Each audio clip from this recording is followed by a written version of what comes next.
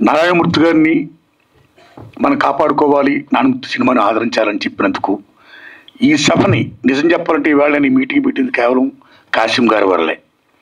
కాసిం గారు రీసెంట్గా నా సినిమా చూశారండి, బ్రహ్మాండంగా మెచ్చుకున్నాడు. ఆయన మెచ్చుకోవడమే కాదు, నారాయణమూర్తి గారు మీ సినిమా మీద మేము రౌండ్ టేబుల్ సమావేశం పెడతాము అని ఆయన అనడం, మీ సినిమాని మేము ఎంకరేజ్ చేస్తాం, ఇలాంటి సినిమాని ఆదరించాలి అని చెప్పడం, ఆ దశలో భాగంగా రౌండ్ టేబుల్ సమావేశం బదులు మీరు షో వేయండి, చాలామంది ప్రముఖులు పిలుస్తాను, ప్రెస్ ముందు మనం చెప్పుకుందాం, ఆ రకంగా పబ్లిష్ చేద్దాం అని చెప్పడం జరిగింది. సో ఇంత చేసినటువంటి కాసిం గారికి నేను హృదయపూర్వక ధన్యవాదాలు చెప్పుకుంటున్నానండి. Thanks a lot. Please.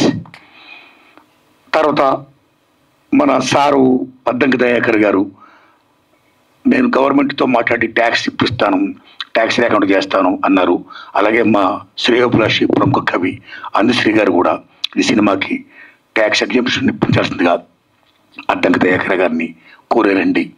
Thanks a lot to Andesri అన్న అండ్ దయాకర్ గారు. అయితే నా విజ్ఞప్తి, నాకు ట్యాక్స్ ఫ్రీ వద్దు, ఏం వద్దండి, నా గవర్నమెంట్ సైడ్ నుంచి ఏ సహకారం వద్దండి ప్లీజ్.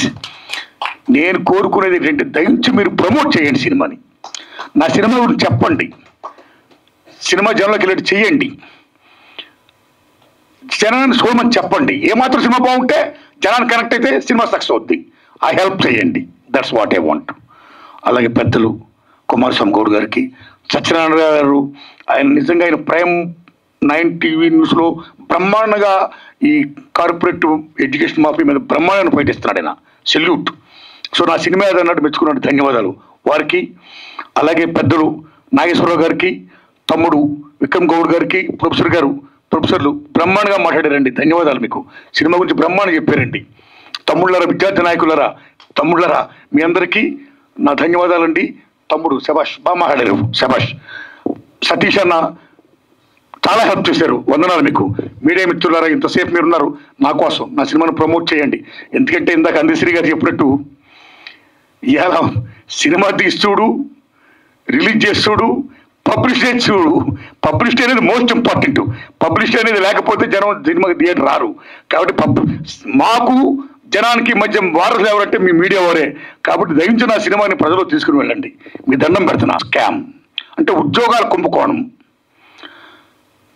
ఎంత దూరం ఉంటే స్కామ్. సాక్షులు ఇప్పటికీ 100 మందికి పైగా సాక్షులు చంపేశారు. Still that case is going on. ఉద్యోగాలు స్కామ్, ఉద్యోగాలు అమ్మేసుకోవడమే. అర్హులు లేకుండా అనర్హులకి, ఎవరికి డబ్బులు ఇచ్చారో వారికి ఇచ్చుకుంటూ పోతూ బీభత్సంగా స్కామ్ చేశారండి. ఆ ఇన్స్పిరేషనే నా సినిమా యూనివర్సిటీ. ఆ తర్వాత మన భారతదేశంలో ఈవేళ ఎప్పుడైతే విద్య ప్రైవేటీకరణ మ్యాక్సిమం అయిపోతున్న దశలో ప్రైవేట్ కాలేజీలు వచ్చేస్తున్నాయో, కార్పొరేట్ కాలేజీలు వచ్చేస్తున్నాయో, మా కాలేజీలో చదివిన వాళ్ళకే నెంబర్ 1 నుంచి 1000 వరకు ర్యాంకులు ఫస్ట్ మేమే అని చెప్పుకోవడం కోసం ఒక పబ్లిసిటీ, ఒక మీడియా గోళ, విభజించినటువంటి లీలా, పేపర్లు మొత్తం యాక్టివిజం యాడ్స్, ఒక్కొక్క యాడ్కి lakhs of rupees. How they are giving, how much they are earning and how much they are doing business with the education. ఇలాంటి దశలో మా కాలేజీలో చదివిన వాళ్ళకే ర్యాంకులు రావాలని ఒక కృత్రిమ థాట్స్తో, ఒక పేపర్ లీకేజ్ చేస్తూ విద్యా వ్యవస్థను భ్రష్టు పట్టిస్తున్నారు. సో ఆ రకంగా మన రాష్ట్రంలో కాదు, భారతదేశంలో చాలా రాష్ట్రాల్లో ఇవాళ పేపర్ లీకేజ్ జరుగుతున్నాయి కాలేజీ డేస్లో. కాలేజీ డేస్ అయిపోయిన తర్వాత మనందరూ ఎక్కడికి వెళ్తామండి? ఉద్యోగాలకు వెళ్తాం. ఉద్యోగాలకు వెళ్తుంటే ఏ పబ్లిక్ సర్వీస్ కమిషన్ ఎగ్జామ్ రాయాలనుకుంటే అక్కడ కూడా మా కోచింగ్ సెంటర్లో చదివిన వాళ్ళకే ఉద్యోగాలు వస్తాయి అని ఒక నోషన్తో, ఒక వ్యాపార దృక్పథంతో ఒక మాఫియా తయారైపోయి అక్కడ కూడా పేపర్ లీకేజీలు అండి. సేమ్ ఉదాహరణ తీసుకోండి, రీసెంట్గానే ఎంబీబీఎస్ పిహెచ్డి రాసిన వాళ్ళు చాలా మందికి నీట్ విషయంలో మీకు గుర్తుపెట్టుకుని తమ్ముళ్ళరా, గుజరాత్లో బీభత్సంగా పేపర్ లీకేజ్ జరిగిపోయాయి. ఒరిస్సా, గుజరాత్, యూపీ, మహారాష్ట్ర, ఢిల్లీ మొత్తం కుదేలైపోయింది.